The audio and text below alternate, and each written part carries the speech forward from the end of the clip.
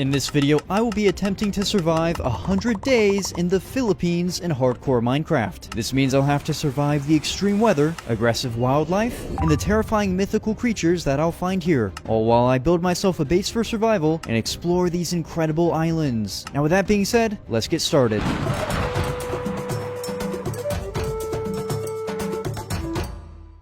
Now before we get into the video, let me tell you about something that I think any Minecraft player would be interested in, and that is Nether Blocks. Nether Blocks offers unique magnetic blocks that bring your favorite Minecraft builds to life, while also inspiring creative play for literally all ages.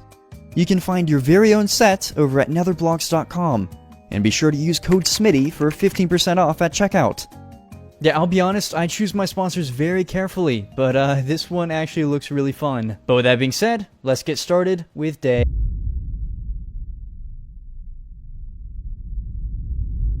I spawned in and took a look around me, only to see that I was near a large river, and a couple of animals. Seems to be a lively little river here. Oh, hello. What are you? And more importantly, can I eat you? Okay, you fight back. You fight back. Alright, I'm sorry. Okay. Yeah, after discovering that this thing fights back, I decided to just get some wood. From here, I crafted a wooden pickaxe, and then went to find some stone. Only I found something else instead. That's a cobra. That is a cobra. Yeah, I kept my distance from this guy, until it began to chase me.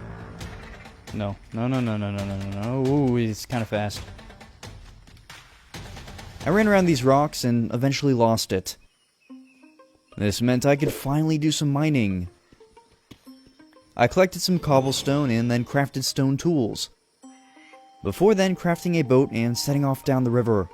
Now, because I had seen a cobra, that meant that I was in the northern or central part of the Philippines, likely on the island of Luzon, where the Philippine cobra resides. But that didn't matter anymore, as my current objective was to get a bed crafted before nightfall. However, after a bit of rowing, it looked like I might not have to craft one. I went around and took some lanterns, before then entering the houses and seeing beds. Oh, I also saw this furnace that I quickly took. Anyways, I then did some turtle fishing, as I really needed food. But yeah, I got nothing from these guys.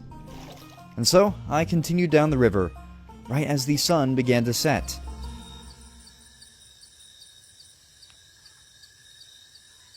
I set up camp here and then went to sleep. And first thing the next morning, I started to smelt some sand. So far, I was off to a good start. But now I had a new objective in mind, and that was to reach the ocean, as I am making a boat base for this episode. With that being said, I continued to follow the river. And after a bit of rowing, I spotted a rather important animal of the Philippines. But we'll talk more about them later, as I was on a mission. However, as I continued down the river, I realized that I really did need some food. And I needed it soon.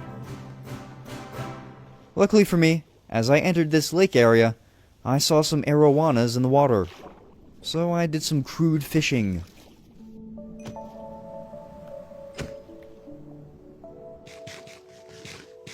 The sun soon began to set once more. On day 3, I headed back to the river to search for the ocean. Yet, as I rowed, I noticed large mountains forming around me. And soon enough, something came into view. Something that looked very different from the landscape around it.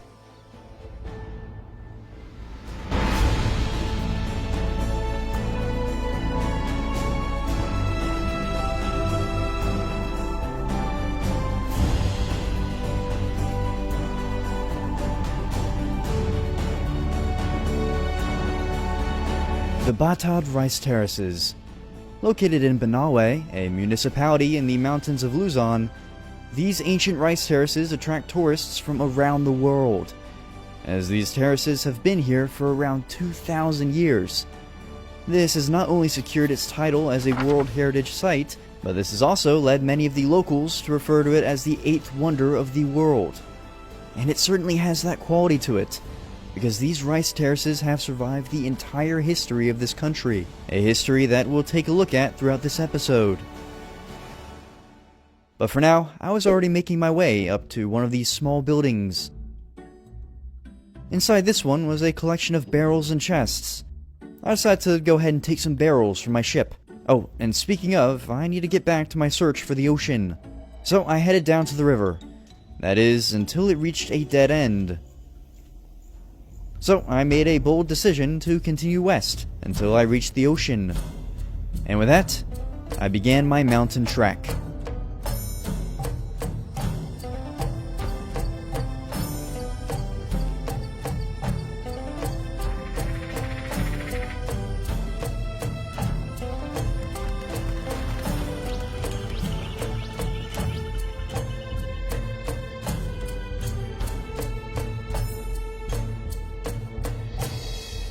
These travels continued into the next day, where I stumbled across this snake, but I quickly killed it. Yeah, I was climbing through so much terrain, but eventually, my hard work paid off, as by that evening, I could see the ocean. So that meant it was time to get started on my boat base. Now, for a fully functioning boat, I needed to craft 3 things: an engine, a helm, and floaters. So that basically meant that I had to do a lot of mining. But yeah, there was no iron or gold to be found anywhere. Oh, but get this, I found diamonds. Oh, and I found even more diamonds. And it's funny because I can't even mine them yet. So instead, I decided to focus on getting the string for the floaters. And for that, I would have to wait for nightfall. I cautiously killed as many spiders as I could. But there were also zombies everywhere. By the end of the night, I had collected 8 string, which was plenty. So the next morning, I returned to the mines. And while I hopelessly mine for gold and iron, let's discuss what my objective is for this video. See, the Philippines hosts an incredible amount of wildlife, wonders, and history, all of which we'll be exploring in this video. However, the Philippines is also home to some of the most unique and downright terrifying folklore. So in this video, I'll be hunting 4 of the most notorious mythical creatures in the Philippines, starting with the Tikbalang. The Tikbalang is a creature that appears to be half man, half horse, using its hooved feet to lurk within the forests and mountains of the Philippines. This creature is often said to be evil, and supposedly the legend of the Tikbalang dates back thousands of years. Regardless, I will be hunting this ancient creature in Palawan. So that's why I have to get this boat going rather soon. But luckily for me, I just found iron, so I got right to smelting it. And after crafting an iron pickaxe, I went and mined the diamonds. But now I just needed gold. So next day, I headed up into the mountains, hoping I'd have more luck here. At this point, I was completely out of food. However, after finding some coal, I ended up finding the very ore I was looking for. So I smelted it and crafted the helm. That's when I realized that I just needed 1 more iron bar for the engine. So on day 8, I got right back to mining. And it wasn't long until I found some more iron. Now I could finally craft the engine, which I did. This meant that it was time to make my boat. I got right to work on the shape of it. See, I want a really simple first design, as I will definitely be improving on it later. But with that being said, I placed the floaters on day 9, and started shaping the boat even more. A thunderstorm started up though, which interrupted my construction. In fact, I had to go ahead and assemble the ship right here. So I did just that. And you know what? It floats. The very next morning, I set off for Palawan. I watched as the shore slowly faded away, and before I knew it, I was in the open ocean.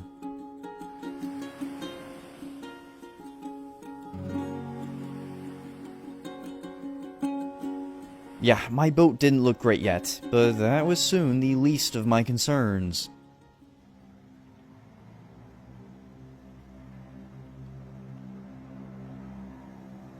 These guys were huge. So I just kept sailing. And that was basically all I did for the rest of the day.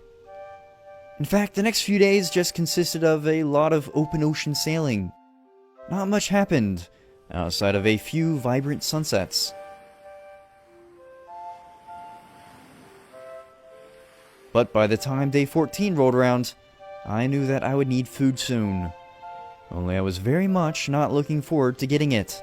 Yet, when I saw this kelp forest come into view, I realized that this would be my only opportunity. So I reluctantly jumped right into the ocean.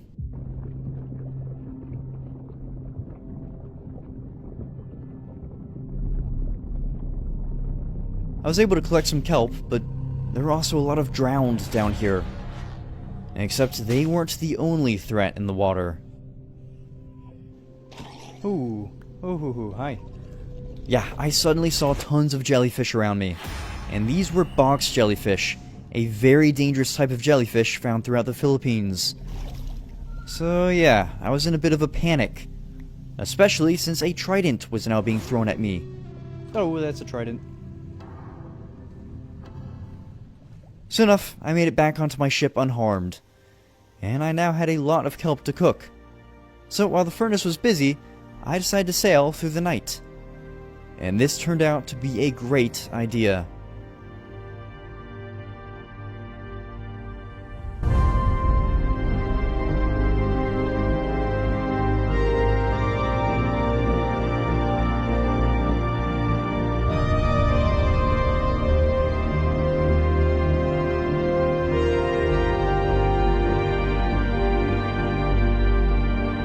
Bioluminescence. Compared to the rest of the world, this natural phenomenon is common in the Philippines. And it never disappoints. Look at that. Look at that.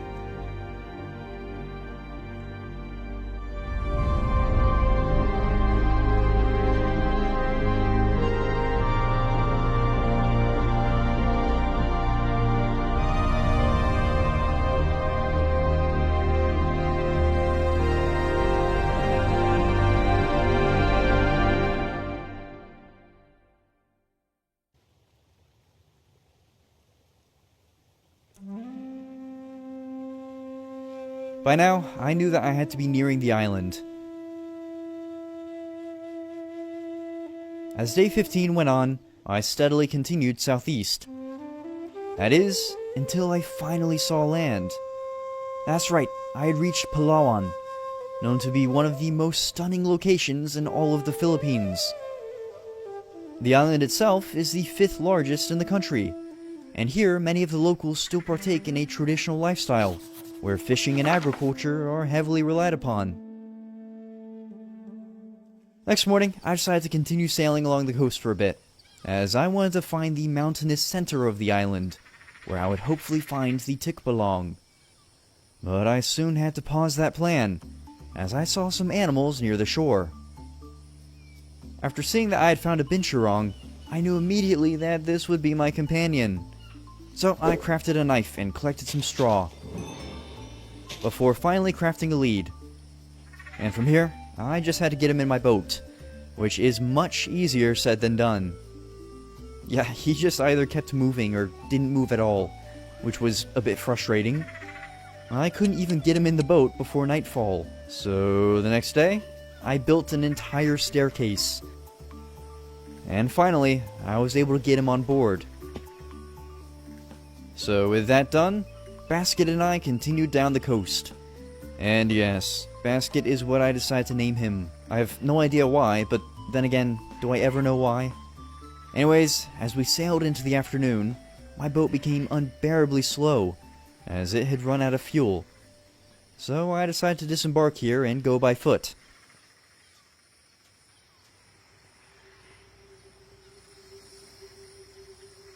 I made my way up through the mountainous terrain and headed inland, hoping to reach the center of the island. However, little did I know, the hunt had already begun. No thanks. I immediately froze, and then cautiously looked around me. And that's when I saw something.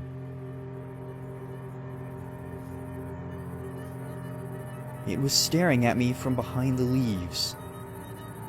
You know, I can't actually see you behind those leaves. You're not very good at hiding, are ya?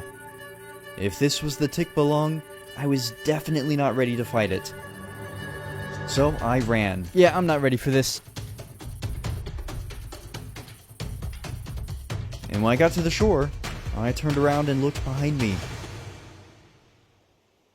Only to see, well, nothing. I decided to just get in my boat and row from here. Yeah, I could only assume that I had just encountered the creature, as that did not look like any wildlife that you would normally see here. But my concerns soon faded, as I was distracted by the appearance of buildings in the distance. And it seems as though I had found a town. I rode along multiple buildings before then entering this bay. Within the bay, I saw this lone tower, which I decided to approach and climb up. Suddenly, a burst of fireflies emerged from the trees in front of me. Now that is pretty cool. But that was soon followed by some rain. So, I just headed back to the town to sleep.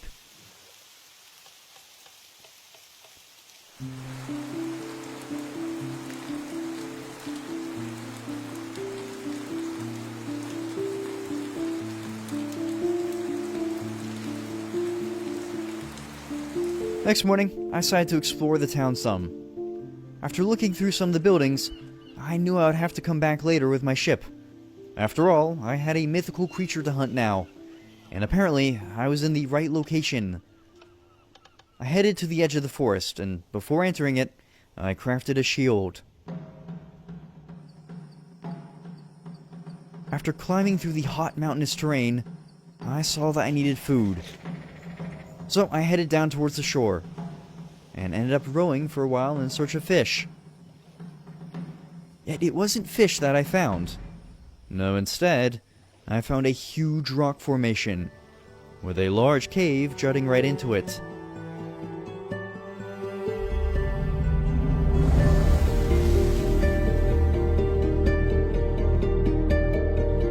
The Puerto Princesa subterranean river. Over 8 kilometers or 5 miles of a cavern-enclosed river that showcases not only incredible limestone rock formations, but also a special mix of both ocean and mountain ecosystems thanks to the river's location.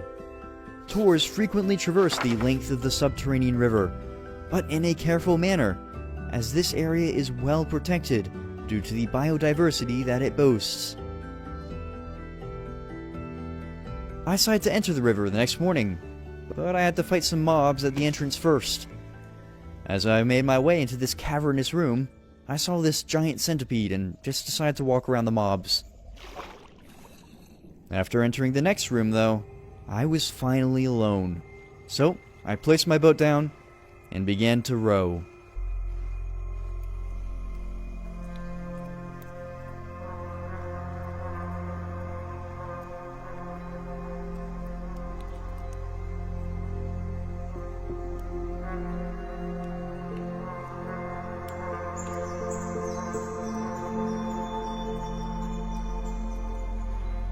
The river was certainly cool, but it was also slightly eerie.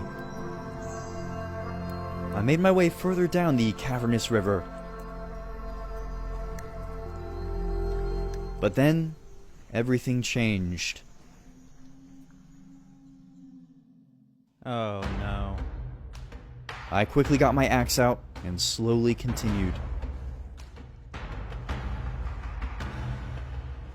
And then I saw it.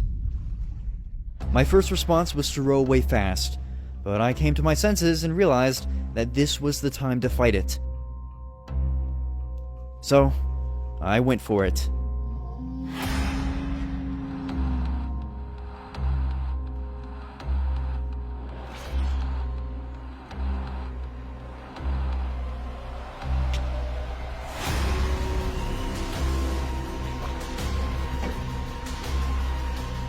This was a mistake. It was now swimming after me, and it was fast. I swam through the winding rocky paths as fast as I could. After a lot of frantic swimming, I finally reached the entrance to the cave. Yeah, I knew that even though I barely escaped, I would have to find it again soon, because I still have 3 other creatures to hunt.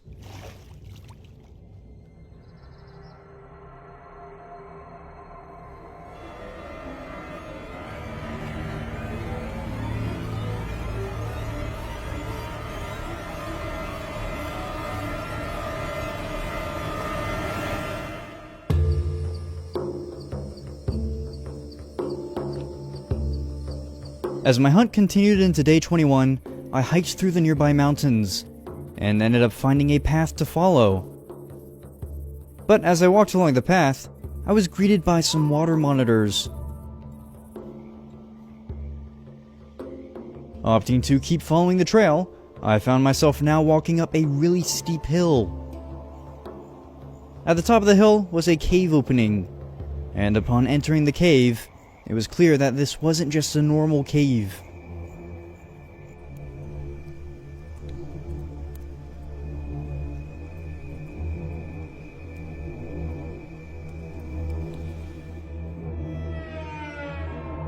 These skulls told me exactly what I would find here. As it turns out, my hunt would be over shortly, as this was most certainly where the Tikbalong spawns. I slowly made my way down one of the paths, until my theory was unfortunately confirmed.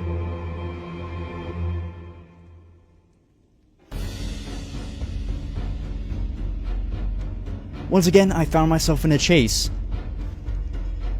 and it looked as though I was the slower one. I leapt out of the cave and ran down the path, but the Tikbalong followed right behind me. So I had no choice but to jump into the water. And of course, when I turned around, it wasn't there. Yeah, it was time for me to take this hunt a little more seriously, and to do that, I would need armor. I continued mining through the next morning. Even though I found iron, it was only a vein of 3. But I found a lot more shortly after. So with that, I began smelting, and was able to craft myself a chest plate. Now I needed food, so I crafted a fishing rod, and got right to it. I caught a decent amount of fish before nightfall.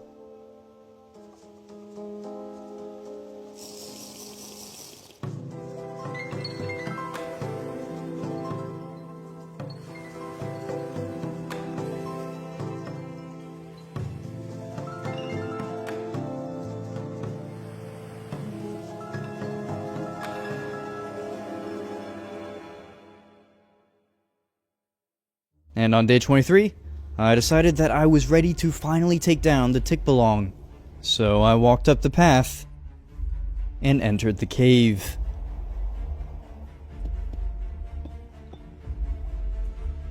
From here, I cautiously walked through the dark rooms. But it wasn't where I had seen it before. In fact, I just ended up getting attacked by cave spiders. But on a good note, I found another 4 iron. So, after staying the night here, I left the cave the next morning and refilled my water. I also did some fishing and ended up smelting the iron, which I made into a helmet. Now I was ready for attempt number 2. I slowly headed back into the cave, and this time, it wasn't missing.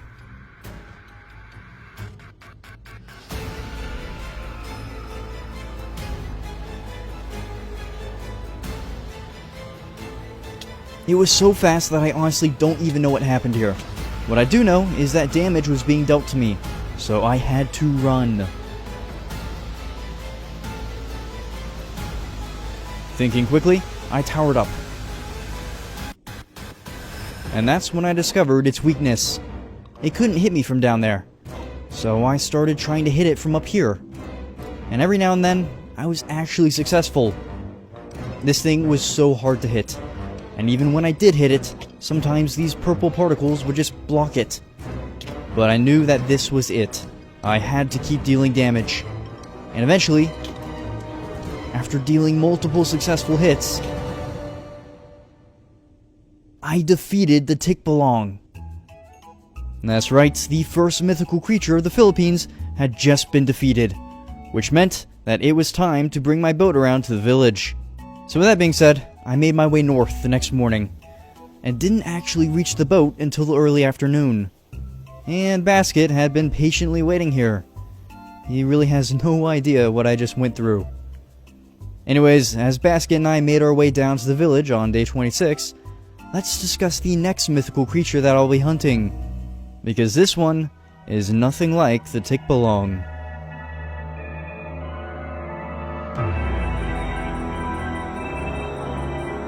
The Tiyanak, a deadly vampiric creature that presents itself as a baby, using its cries to lure unsuspecting travelers to their deaths. This creature may not be as intimidating as the last one, but it is relentlessly evil and dangerously fast. I will be hunting the Tiyanak on the island from which it originated, Mindanao. But for now, I had a town to get to. A town that I arrived at on day 27. As I looked around it again, I realized that I hadn't even properly looked through the loot here. This became apparent when I found a lot of useful stuff, like ube, a special type of yam found all throughout Filipino cuisine. I also found more practical things like the backpack and a canteen. And so, with my new findings in mind, I decided that it was time for a proper ship upgrade. I collected tons of birch wood that afternoon, and the next morning, I got to work on the new boat. I made this one much longer, as I wanted to replicate a traditional Filipino boat. I ended up adding an oak trim today, before crafting a new engine on day 29. From here, I made the main cabin area, and finished the entire structure the next morning. I added all of my storage items, and by that evening, I just had to transfer everything from my old boat to my new one. So I got right to work on that the next day. I transferred all of the floaters before replacing the helm. And hey, this boat also floats. Now I just had one more thing to transfer, and that was, of course, Basket. Yes, once again, this was a chore. Basket hates cooperation, so I went with the giant staircase tactic again, and it ended up working. So with my new ship crafted, and Basket on board, it was time to set off for the next island. I said my goodbyes to Palawan, before heading in the direction of Mindanao.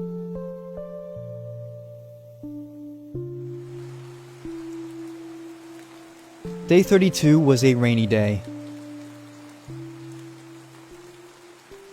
I was heading southeast at a decent speed, but as I progressed through the salty waters, some shapes emerged below the surface.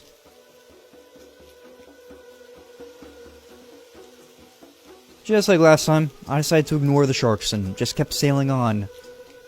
Not much happened for the rest of the day.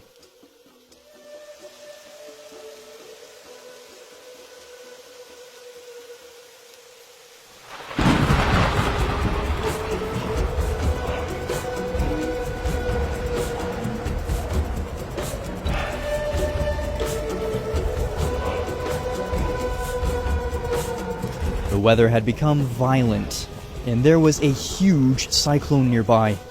Yeah, Basket was starting to get pulled in the direction of the cyclone. So I had to sail as far away from it as I could. Eventually, after enough sailing, the weather began to clear. But I didn't celebrate, as I knew this would be a common occurrence.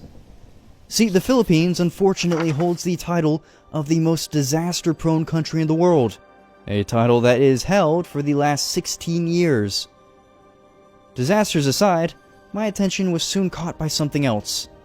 As the storm had cleared, I could now see an array of shapes and colors in the water below me. And I soon discovered that I was sailing on a reef.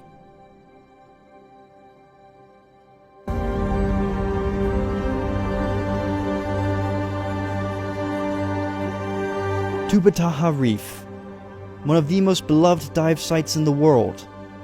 With over 1,200 different species of marine life, this protected reef is not just diverse, but it's ancient, as it finished forming around 1 million years ago. This World Heritage Site is home to a vast array of fish, turtles, and of course, the largest fish of them all, the whale shark. I explored the reef, and as I did, I ended up finding some Titan triggerfish, which some of you might remember from my Australia episode. Anyways, it soon began to rain again, so I continued east, and caught a rather cool sunset. I continued sailing through day 34, as I still had a bit of ocean to go. And you know what?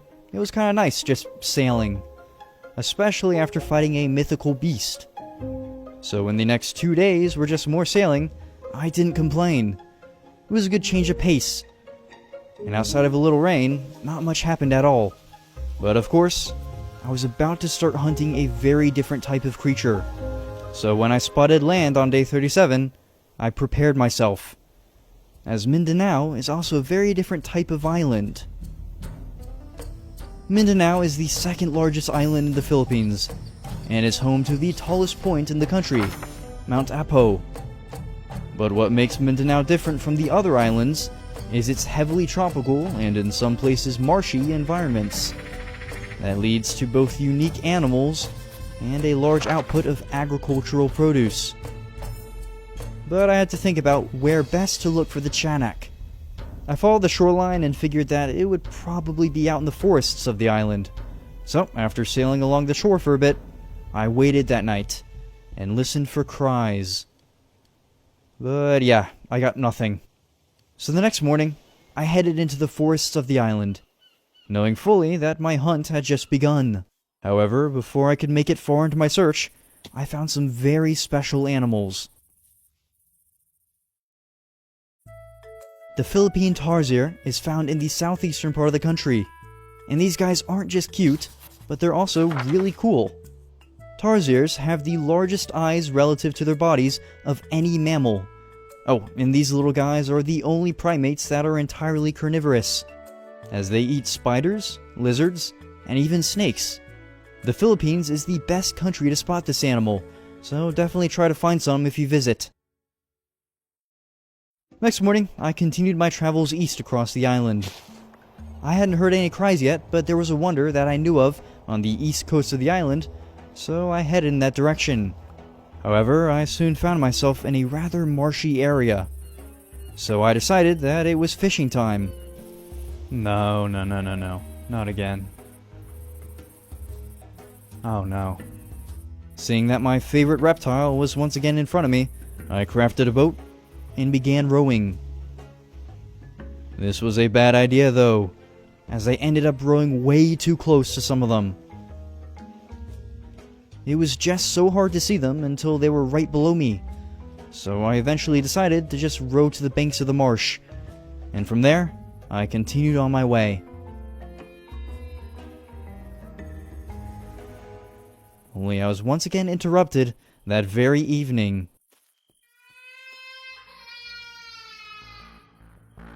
I looked around frantically, and then I saw it. But a rather speedy zombie distracted me. So I towered up, and then had to stay the night up here. I woke the next morning and fought some zombies, but the Chanak was gone. I decided to just keep heading east towards the wonder that I wanted to see. So I took this river and did just that. That afternoon, I began to climb up and over some mountains. But soon enough, the sun began to set. And I soon realized that the Chanak was the one hunting me. No. This time I spotted it rather quickly, but not in time to stop it from attacking. Ooh, okay. Ooh, duh!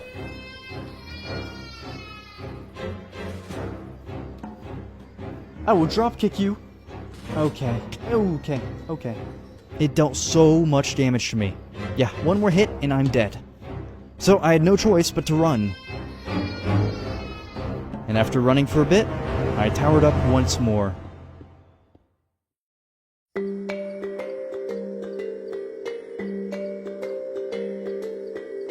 I woke up on day 41 with an absence of baby cries. That's something I didn't think I would be saying today. Anyways, I healed up the best I could, before then continuing east. At this point, I suspected that the Chanak spawned at night in the forest, as I had only seen it at sunset. So with that in mind, I just kept trekking, noting that I was both low on food and health. And of course, that's when I heard a hiss.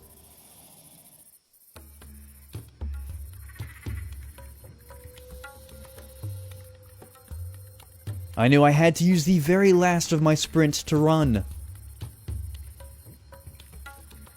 And after having done so, I was now in a bad position. I was not only low on health, but I now couldn't sprint at all. Oh, and to make matters worse, the sun was setting. Finally though, on a good note, I had just stumbled across the very wonder that I was looking for. The Enchanted River. The Hinatuan Enchanted River is a rather unique stretch of saltwater that is connected to the ocean. This river is unique because of its depth of around 80 feet, or 24 meters. However, there are cave systems within the depths of this vibrant blue water that go even deeper. This, along with the legend of fish inhabiting these waters that cannot be caught, truly adds to the enchanting part of the river. And even though you can't swim in it, mostly due to the preservation of the river, it's certainly worth a visit. As the sun set that evening, I fully expected to hear more cries. However, I heard nothing, which just confused me. Next morning, I went to get more food. I did some fishing and ended up crafting boots from the diamonds I still had. From there, I did even more fishing, before then healing back up. But as I tried to head back, I saw that my boat was occupied. The evening sun soon set in. And now with me approaching the forest, I surely expected to hear more cries. Yet the forest was silent again. Perhaps I wasn't far enough inland? So to answer that, on day 43, I decided to head much further inland. I filled up my water at this river, and then I climbed the nearby mountains. Only, as I did, I saw something in the distance. I approached it and saw not only a large bamboo forest, but also what appeared to be an abandoned tower of sorts. I walked towards the tower and decided that this would be my headquarters for hunting the Chanak. So that being said, I prepared myself as the sun eventually set. And I waited for the cries. And tonight, I heard them again. But I didn't see it anywhere.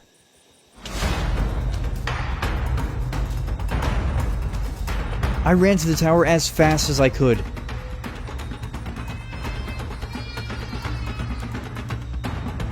And of course, in the tower, I was met with this. After that, I climbed up the ladder. Only I didn't stay here for long, because I decided to go back out and find it again. And of course, that was a bad idea. Yeah, I had to retreat. There was simply no other option. I woke up the next morning knowing that I needed a plan. And I soon came up with a rather decent one. So I got right to work, starting with fishing, where I somehow managed to fish up a power 4 bow. Anyways, I then got to chopping. And then sand collecting. Yeah, I want to see if any of you can guess what I'm doing before I finish it. Maybe the next thing I craft will tell you, because I made a whole lot of signs. Finally, that evening, I started to dig out this tower area. And on day 45, I began work on my sand trap.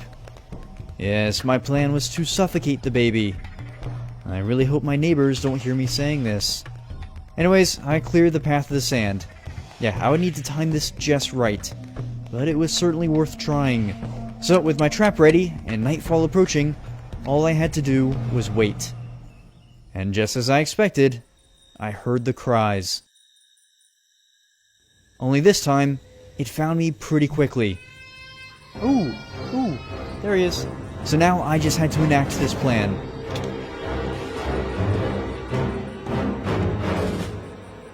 This is where I made a terrible mistake. See, I'd made a critical error in only placing one layer of sand for the trap. And of course, that did nothing. So yeah, I started rebuilding the trap. But the Chanak was still hitting me from below. In fact, I had to escape up to the roof just to heal myself. But I persisted, as I was going to get this trap to work. After many more hits, I had finally rebuilt it. And now, I just had to wait for the right moment.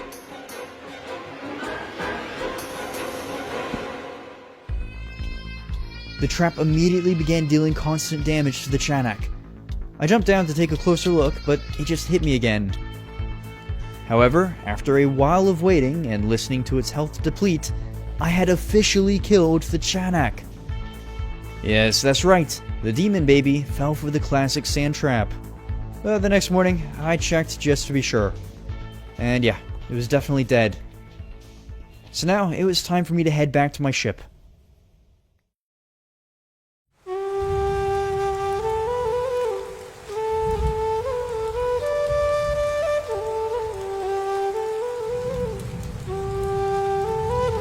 The sky soon opened up and a strong storm rolled in. I headed in the direction of my ship and eventually I reached the shore. The storm died down as I rowed towards my boat. And the next day, I finally reached it. I was once again reunited with Basket, and yeah, he still has no idea what I just did. Anyways, I adjusted my course and set sail north, in the direction of the next creature.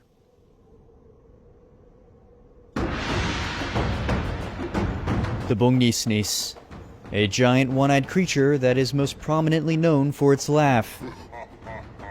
As for its danger, well, these creatures aren't exactly known to be evil, just rather brash and hazardous.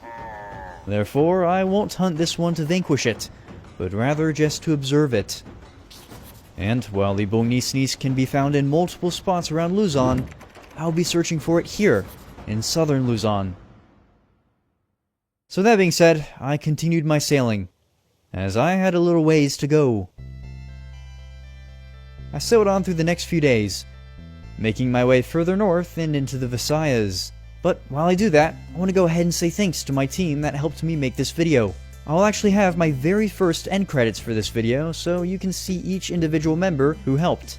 But I want to give a special thanks to Matori and Jumbo Hot Dog, my associate editor and my thumbnail designer. The two of them live in the Philippines and were able to help me a ton with this video, so I really appreciate it.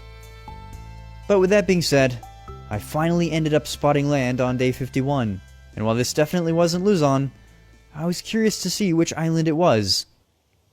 I ended up finding this river and decided to take it. But not long after following it, I realized that I was on the island of Bohol, because the most famous landmark of the Philippines sat before me.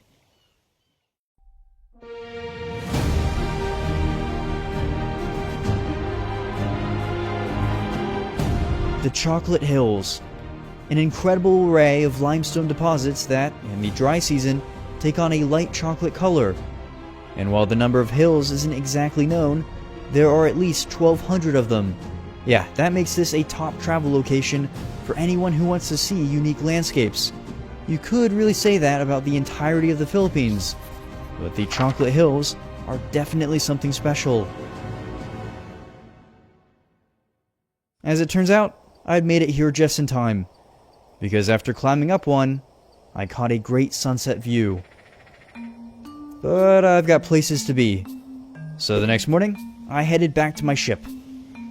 I continued my sailing journey, as I was now officially in the Visayas, this archipelago consisting of multiple islands here in the center of the country. The sailing wasn't too eventful though. No, in fact, nothing really happened on day 52 or day 53. I was just following the coasts of these islands. So, in order to make my travels more efficient, I decided to sail through the night.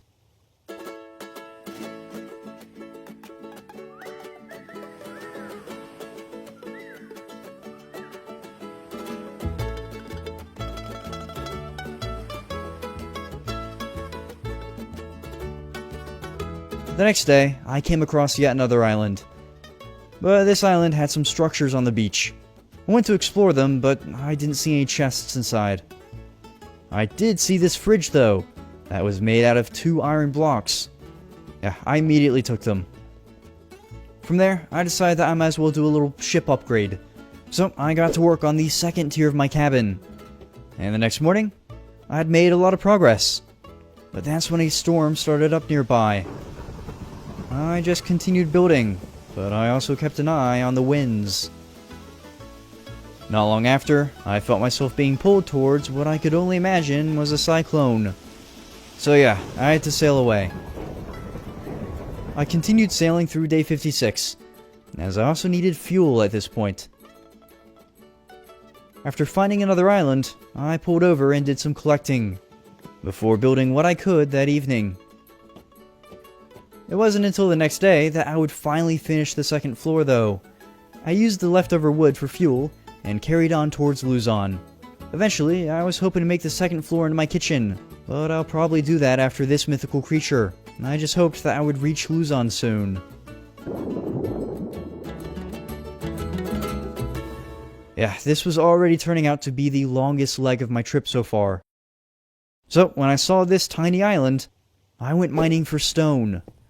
Yeah, remember the fridge iron that I stole? Well, I was about to use that to craft another engine.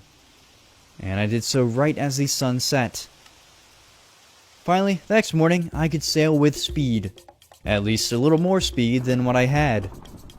And with that, I headed back out into the open ocean. Only this time, I wasn't in the open waters for very long. No, I found yet another island that afternoon. And judging by its size, I had finally arrived at Luzon.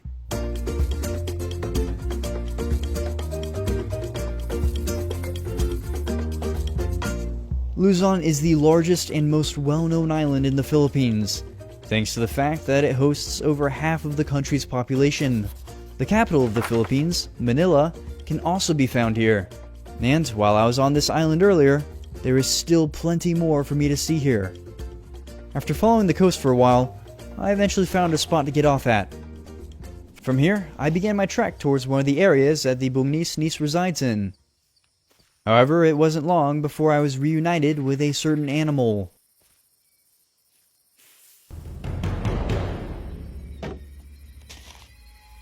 Yeah, I was being attacked by a huge cobra, and there wasn't much I could do about it.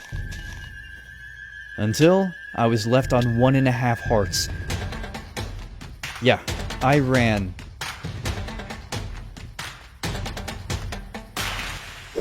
Having finally reached a safe distance, I healed back up. I can't exactly say that I felt welcomed back to Luzon.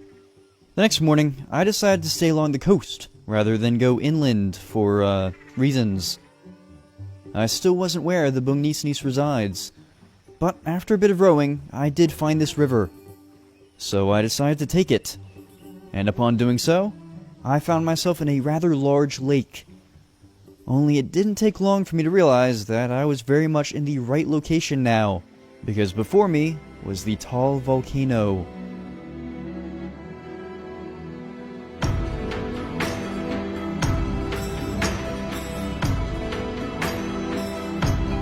The Taal volcano is a currently active volcano that sits within this caldera.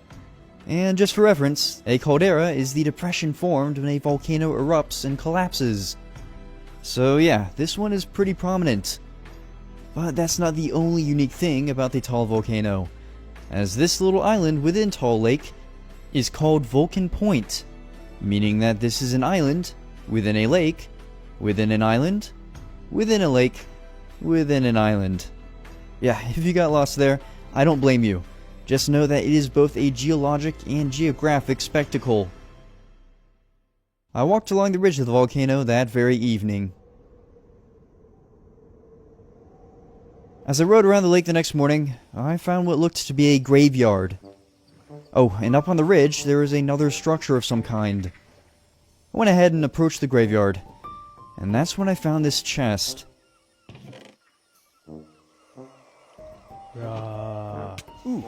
Yeah, apparently this graveyard was haunted or something, and now I couldn't get this ghost to stop following me. this was actually a serious issue, as it almost ended up killing me here. Yeah, so I just rode away. I'll have to go the long way to reach the other structure. And that's just what I did. I tree jumped for essentially the rest of the day. I did end up making it all the way up the mountain, but of course, as I approached the structure, I saw that it was a pillager base. I reluctantly approached the base the next morning, and could hear many pillagers within. However, I was able to safely sneak some loot from this building. I then went with my normal approach and climbed up onto the roof. But after one managed to hit me, it seemed as though I couldn't escape them at all. Yeah, they were just in every room, and there were so many of them. So I decided to play it safe, and I just left. After all, I was in the right area to find the Bungnisnis, so I should probably focus on that now. With that being said, I hiked back down the mountain and headed east.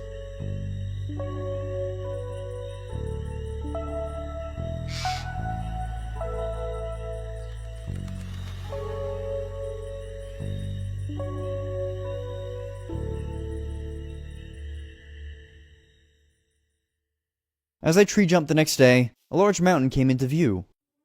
I decided to head in that direction, only, as I did, I saw something huge moving out of nowhere. There was no way that I actually found it this quickly, but my doubts were soon answered. As I approached the giant, it definitely looked hostile. Well, that is until it started dancing on this azalea.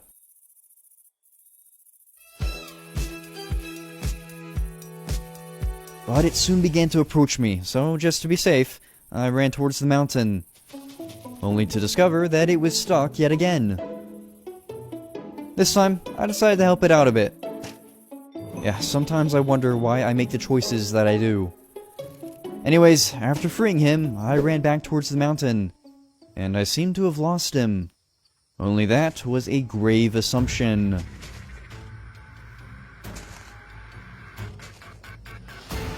Yeah, it was definitely mad at me.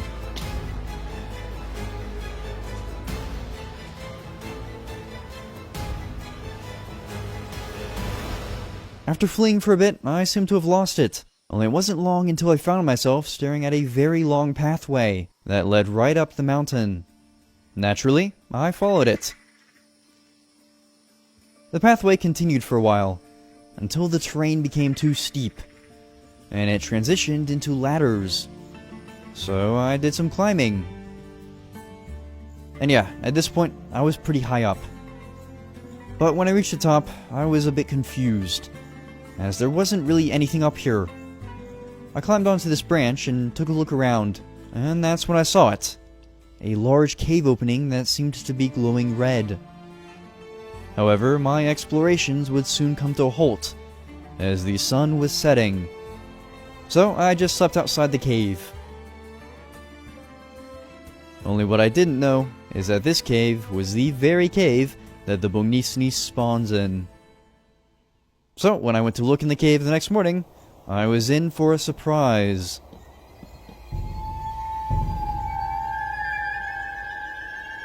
Yeah, this guy was eating the mobs inside the cave.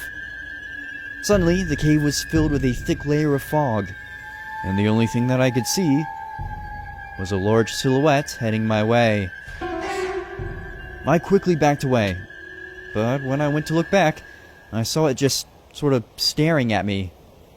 So, out of curiosity, I decided to head to the other side of the mountain. And yeah, it just kind of stared at me from here, too.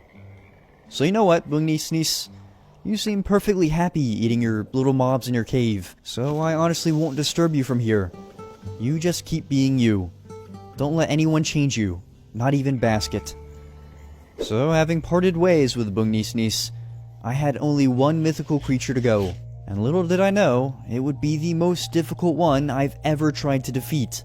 But before I start my final hunt, there was one more location on the west coast of Luzon that I really wanted to see. So with that, I made my way west, and reached this large lake by that afternoon. As I followed along the lake the next morning, it eventually filtered out into the ocean. So from here, I just kept along the coast. And as I passed more volcanoes, I figured now would be a good time to mention that the Philippines hosts 24 active volcanoes.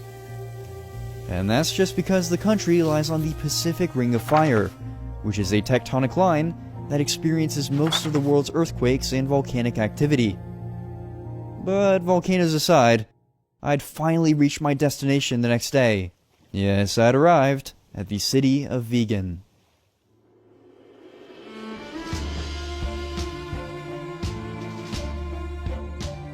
The city of Vegan was established in 1572 as an essential hub for the then Spanish Philippines.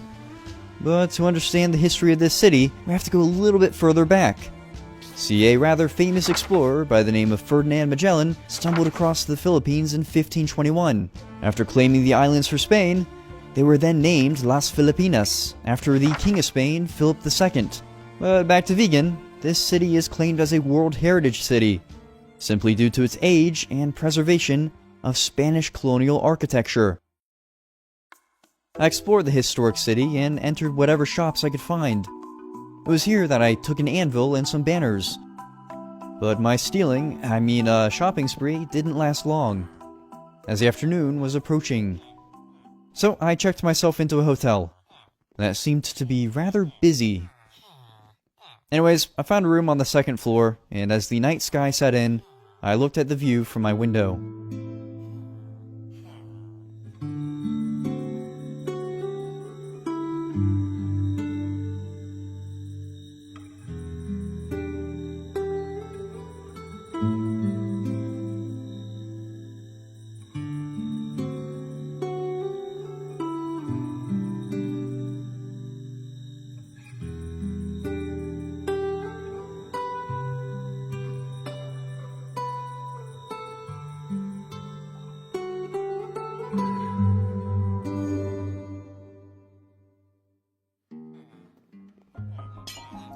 Next day, I took one last look around the city, as I still have one more creature to find, and I want to make sure I have plenty of time for this one. So, with that being said, I headed back to the shore and started my trip back to my ship.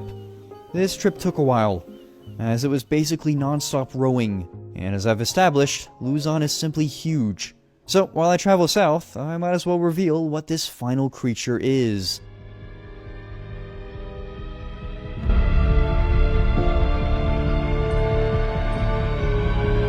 The Manananggal is a dreadfully evil spirit that is able to detach her upper body and fly around, hunting for victims to either eat or drain.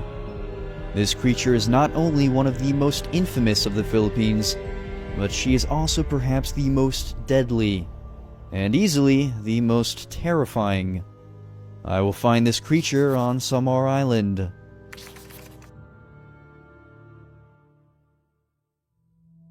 I finally reached my ship on day 72, and was promptly reunited with Basket. But before leaving, I decided to craft him his own little space. Oh, and I also used the anvil I borrowed to properly give him his name. From there, I set off towards Samar Island, hugging the coast of Luzon as I went. Only that same night, I saw yet another display of a natural spectacle.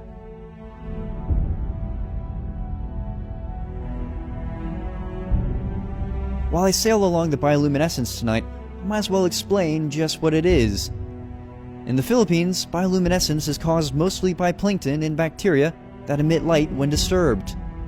And while the Philippines is a great place to see this phenomenon, it's mostly observed in the warmer months, and in specific areas. So be sure to do your research if you plan on seeing this spectacle.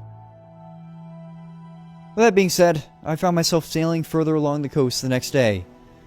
And while this trip shouldn't take nearly as long as the last, I still had a good stretch of Luzon to follow. A stretch that includes the very thing taking shape in front of me. That's right, I certainly hadn't seen the last of the volcanoes here. No, in fact, we were coming up on my personal favorite.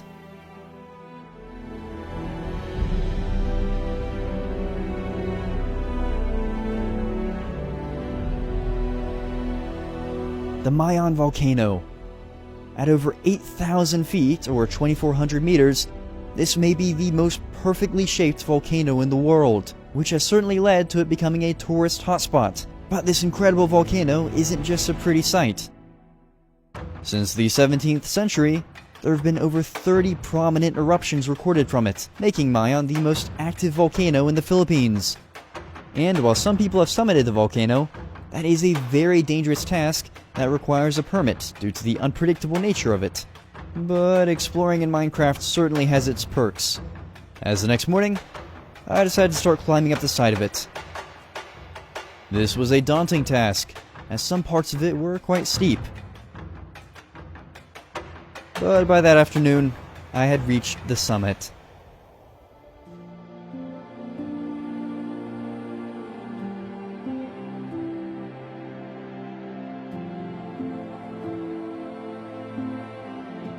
However, I went ahead and started my descent, as I needed to get to Samar Island as soon as I could. So on day 75, I got right back to sailing, now in a more southwest direction. I was now finally sailing in the open ocean, which was great because that meant that when I saw land the next day, it had to be Samar. Samar is the third largest island in the Philippines, and it's home to a plethora of caves and naturally stunning sights. It's often considered to be the gem of the Philippines, as it's not as touristy as some of the other islands, and that's a shame, because it really is beautiful. I soon experienced this beauty firsthand as a town came into view, and a rather lively looking one. I explored the town a bit the next morning, but I also knew that I had to get moving. So I quickly got to rowing. My plan was to row along the shore until I see a structure or cave, or just anything for me to explore really. And, luckily for me, it wasn't long before something did come into view. A tower appeared in the distance, and, after approaching it, it looked to be some sort of old colonial tower, and it also looked as though there was a way to climb it. Yes, the Spanish, infamous for their ladder parkour. Alright, this is my second try. This is coming from a former Bed Wars player. I used to make Bed Wars videos back in the day. Very few of you probably know that. But, yeah. Yeah, this wasn't exactly an easy climb for me, but I eventually reached the top, and jumped to these vines hanging off of this cannon. Now, the only issue was that there wasn't really anything up here, and with the sun setting, I had no idea where to go from here. But I was soon distracted by my sudden overheating. Yeah, I quickly opened my backpack and got my leaf clothes on. Anyways, with the night sky now setting in, I began to look around. And soon enough, I saw something. It looked like a tiny structure of sorts. But yeah, I really couldn't tell what it was from here. So that's exactly where I headed the next morning. I slowly made my way through the dense forestry of the island, before uncovering what appeared to be a large abandoned structure. As I explored the area, I saw lots of mobs hiding in the dark, so I just didn't go over there. Instead, I went up to the second floor and walked over to what looked like a mine shaft. Regardless, as more mobs began to spawn, I headed up the tall tower at the front. I then made my way up a ridiculously tall spiral staircase, only to find something very alarming at the top. Yeah, this was definitely eerie. I could only assume that this belonged to the Manananggal. So I headed down the stairs a little, and decided to wait here, hoping that the creature would return to whatever nest was above me. However, as the night approached, nothing happened. So I began to descend the staircase.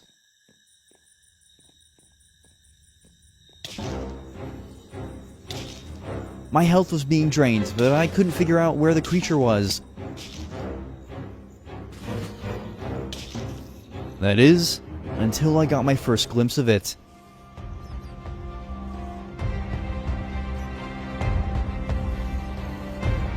I jumped up onto the trees and tried attacking it. But I only got 2 solid hits in before I knew I had to run. Yeah, one more hit, and I was dead.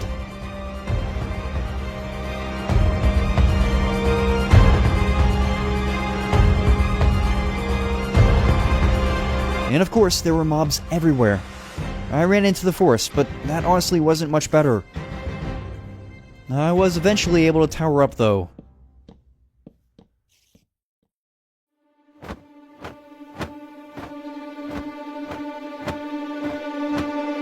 Yeah, I knew I had to head back to the town and actually prepare for this fight.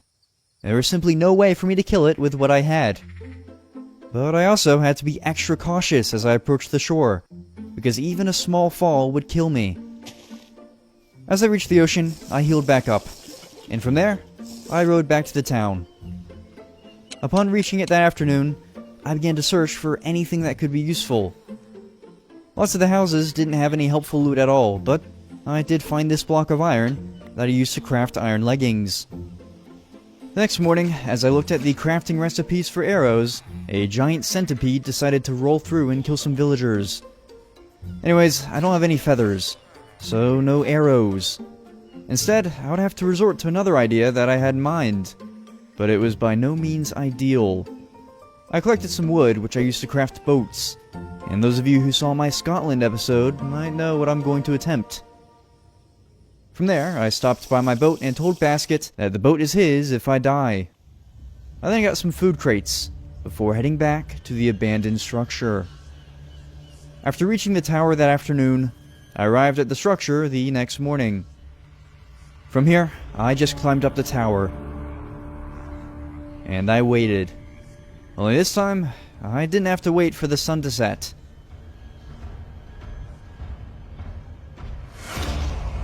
Yeah, all I could do was run, as I couldn't even reach it this time.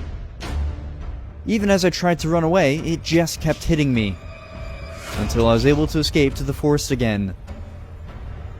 I healed up, and then headed right back. But after climbing the tower, I didn't see her anywhere. Only that would very much change first thing the next morning. Yeah, this was very inconvenient, as I wasn't even ready. I managed to get one hit in before once again fleeing down the stairs.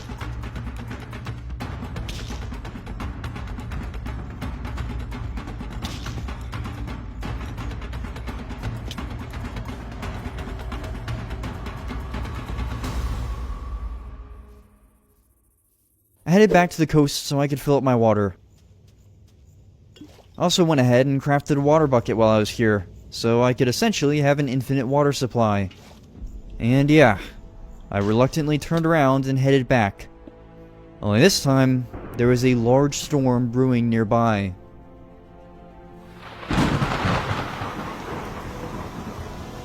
I knew that I had to kill it today, partially because the storm would make it more cinematic. But I was soon in for a surprise. Yeah, a massive cyclone was ahead, and it was definitely coming our way, so I had to make this quick. As I climbed up the tower, I didn't see her. I went ahead and dropped this boat to the very bottom. But upon heading up to the roof, I saw that the cyclone was getting near. Only, out of nowhere, I was being drained. So I ran and escaped through the same route yet again. I then healed back up, and decided to go back.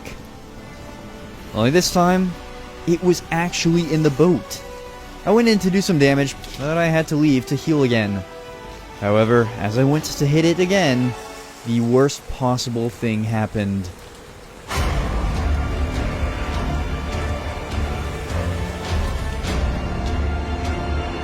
I was in the cyclone.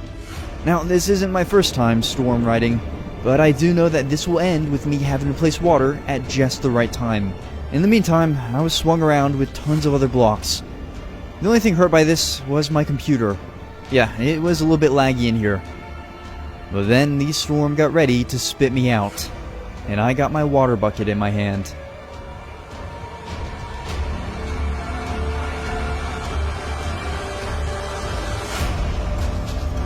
My countless hours in Bed Wars had certainly come in handy.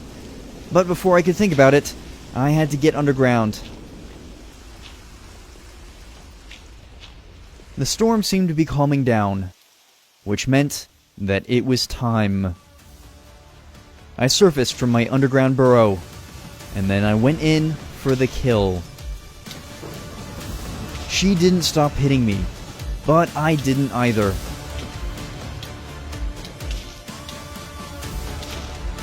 That is, until I defeated her. After all of that, I had done it. It was over.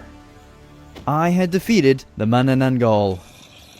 And now, I just had to return to my ship. I walked through the ruins of the storm, before finally reaching the shore. I rode my way back to the town, and the next morning, I began my search for kitchen decorations. After all, base review will be on day 99, and I definitely have some improvements that I want to make. Funny how I can go from defeating a mythical monster of death to essentially shopping at Home Depot. Anyways, that evening, I did some wood collecting. And the next morning, I got even more wood, before crafting this stove.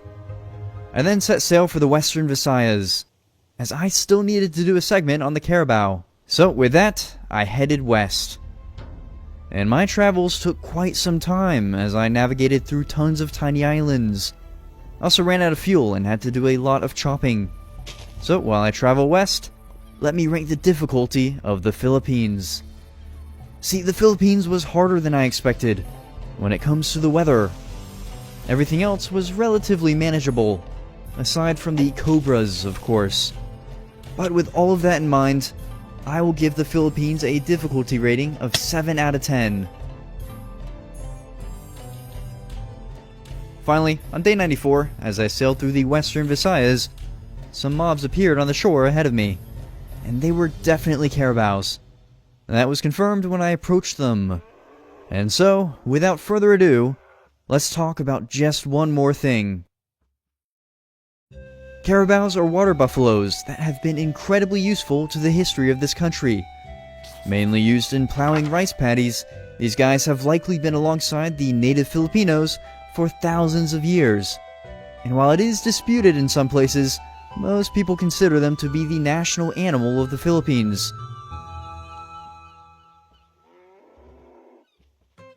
Anyways, it was really time for me to lock in and do some base work.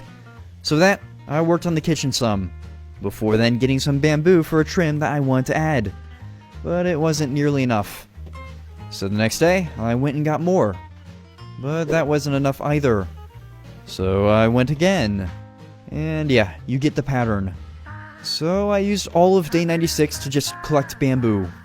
I took some breaks to fish, but when I returned the next day, I placed all of the trapdoors that I could craft. I still had a few to go, but I just decided to use the rest of the day to craft some furniture.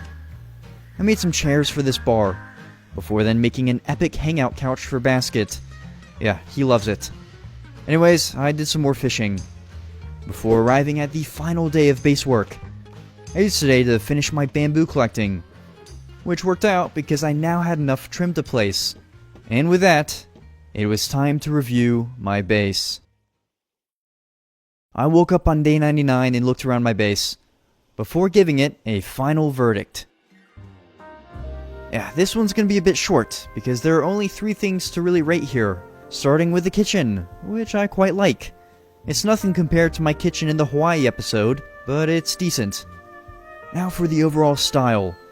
This is where I get the most points, I think, because I maintained a traditional Filipino boat style while also personalizing it. Yeah, I really like this design.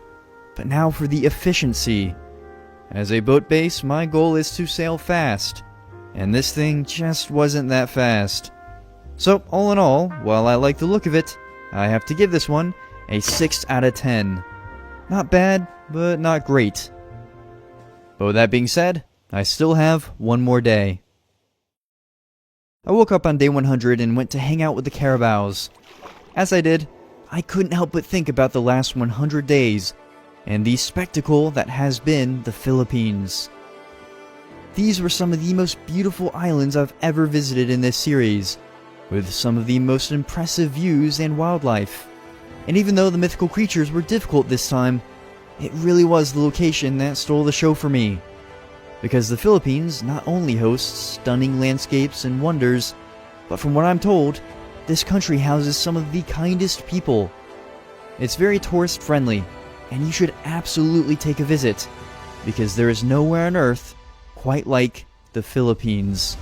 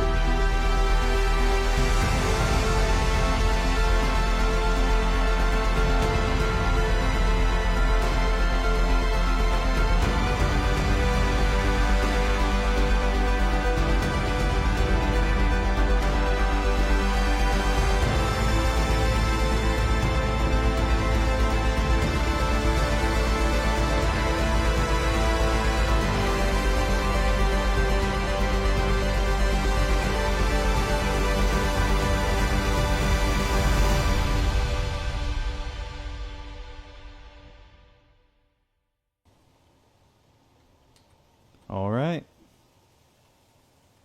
Okay, Basket. It has been an honor. Yeah. You as well. With all that said and done, it is about that time. Thank you all so much for watching, and I'll see you in the next one.